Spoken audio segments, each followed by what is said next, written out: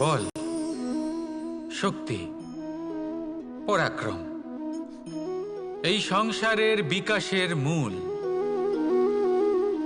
কিন্তু কখনো ভেবেছেন যে প্রকৃতি আমাদের এই বল, শক্তি, পরাক্রম কেন দিয়েছেন? যাতে আমরা জীবনে কারোর উদ্ধার করতে পারি, কাউকে সাহায্য করতে পারি, কারোর জন্য ভালো কিছু করতে পারি, কোনো গরিব অসহায় মানুষের জন্য কিছু করতে পারি, এই বল, এই শক্তির সদ্ব্যবহার করতে পারি। কখনো দেখেছেন এমন মানুষ যার কাছে অসীম শক্তি আছে কিন্তু তার সাথেই অসম্ভব অহংকারও রয়েছে, যিনি নিজেকে সর্বশ্রেষ্ঠ বলে মনে করেন, খারাপ কাজও করেন।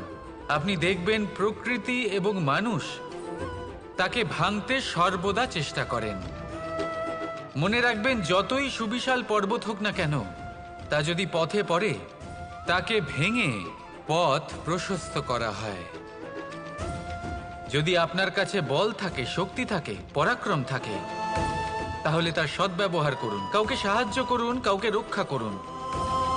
যদি আপনি আপনার শক্তির দুর্ব্যবহার করেন, তাহলে মনে রাখবেন আপনি নিজের বিনাশ নিজেই আমন্ত্রণ করছেন। এবার বল অর্জন করার পরে, শক্তি অর্জন করার পরে আপনি নিজেকে বিনাশ করতে চান নাকি এই সংসারের উদ্ধার করতে চান? সিদ্ধান্ত আপনার। রাধা রাধা। বাজ পাখিকে পক্ষীরাজ বলা হয়। বাজের আয়ু হলো মোটামুটি 70 বছর। এবার 40 বছর হতে হতেই ওদের পালক লম্বা এবং ভঙ্গুর হয়ে যেতে থাকে, ঠোঁট বেঁকে যায়, ডানা ভারী হয়ে যায়, অর্থাৎ আগের মতো উড়তে পারে না, সেই শক্তি থাকে না। এবার সেই বাজ কি করবে? বাজ সব থেকে কঠিন নির্বাচন করে, নির্বাচন নিজের পুনর্স্থাপনার। সর্বপ্রথম একটা বিশাল পর্বতে যায়, একান্তে নিজের এক বাসস্থান তৈরি করে, আর তারপরে পাথরের সাথে নিজের ঠোঁট বারবার আঘাত করতে করতে সেই ঠোঁট ভেঙে ফেলে। তারপরে সে অপেক্ষা করে সেই ঠোঁট পুনর্নির্মাণ হওয়ার। তারপর সেটাই করে নিজের পালকের সাথে। তারপরে নিজের ডানা থেকে এক এক করে ভারী পালকগুলো ছিঁড়ে ফেলে দেয়। আর তারপর 150 দিনের এই যন্ত্রণা সহ্য করার পরে ও ফিরে পায় নিজের ওড়বার অনন্য ক্ষমতা, সেই শক্তি। আর তারপরে ও জীবনের পরবর্তী 30 বছর বাঁচে। কি বুঝলেন আপনি? যদি ইচ্ছে শক্তি থাকে, তাহলে একজন দুর্বলও শক্তিশালী হতে পারে। আপনিও এটাই করুন, নিজের অতীতের যন্ত্রণার বোঝাগুলিকে ত্যাগ করুন, আর কল্পনার খোলা আকাশে উন্মুক্ত হয়ে উড়ে বেড়ান। নিজের পুনর্স্থাপনা করুন, তবেই সর্বশ্রেষ্ঠ হতে পারবেন। আর মনে রাখবেন, এই ছোট ছোট পদক্ষেপই বড় বড় শিখরে পৌঁছে দিতে পারে। তাহলে আসুন আর আমার সাথে ভালোবেসে বলুন, রাধা রাধা। অনেক ব্যক্তির মনে একটা প্রশ্ন জাগে আমাকে আর রাধাকে নিয়ে। বলেন যে, না আমি আর রাধা একসাথে থাকি, না আমাদের বিয়ে হয়েছে, আমি এখানে দ্বারকাতে, ও ওখানে বর্ষনাতে, তাও এত ভালোবাসা কি করে? এ কেমন সম্পর্ক? আমি তাদের একটা সহজ কথা বলতে চাই। আপনি কখনো আয়নার দিকে দেখেছেন? নিজের দুই চোখের দিকে তাকিয়ে জিজ্ঞাসা করুন, এই দুই চোখ একসাথে কেন বন্ধ হয়, একসাথে কেন খোলে, একসাথে কেন ঘুমোয়, একসাথে কেন কাঁদে? আজীবন কোনো এক মানুষের সাথে সম্পর্ক রাখা অবশ্যই সম্ভব, তাদের সাথে দেখা না করে।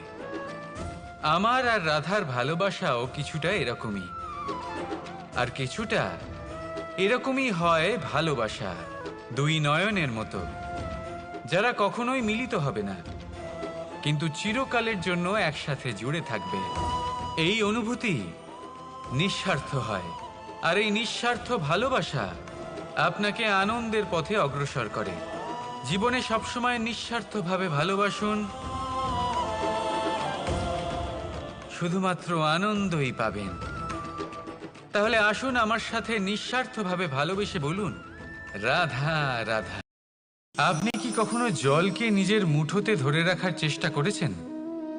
চলুন আজ করা যাক।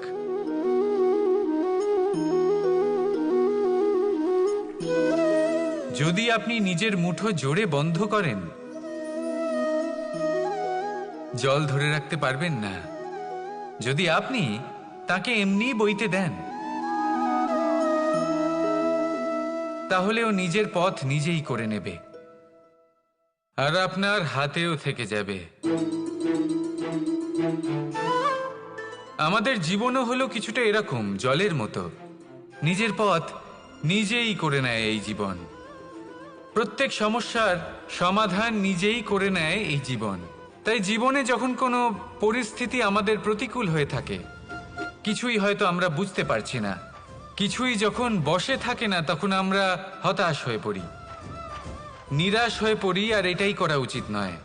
শান্ত মনে দেখতে হবে যে এই জীবনে আসলে কি ঘটে চলেছে। কষ্ট সবাই ভোগ করেন। কষ্ট পেলে কেউ রেগে যান, রেগে গিয়ে পরাক্রম দেখান। এটাই তো করা উচিত নয়। শান্ত মনে সেটাই করতে হবে যা জীবন আমাদের শেখাতে চাইছে। জীবন আমাদের সব শিখিয়ে দেবে, শুধু মনে রাখবেন কখন প্রয়াস করতে হবে আর কখন আমাদের প্রতীক্ষা করতে হবে, সেটা আগে আপনাকে বুঝতে হবে। তাহলে আসুন আমার সাথে ভালোবেসে বলুন, রাধা রাধা।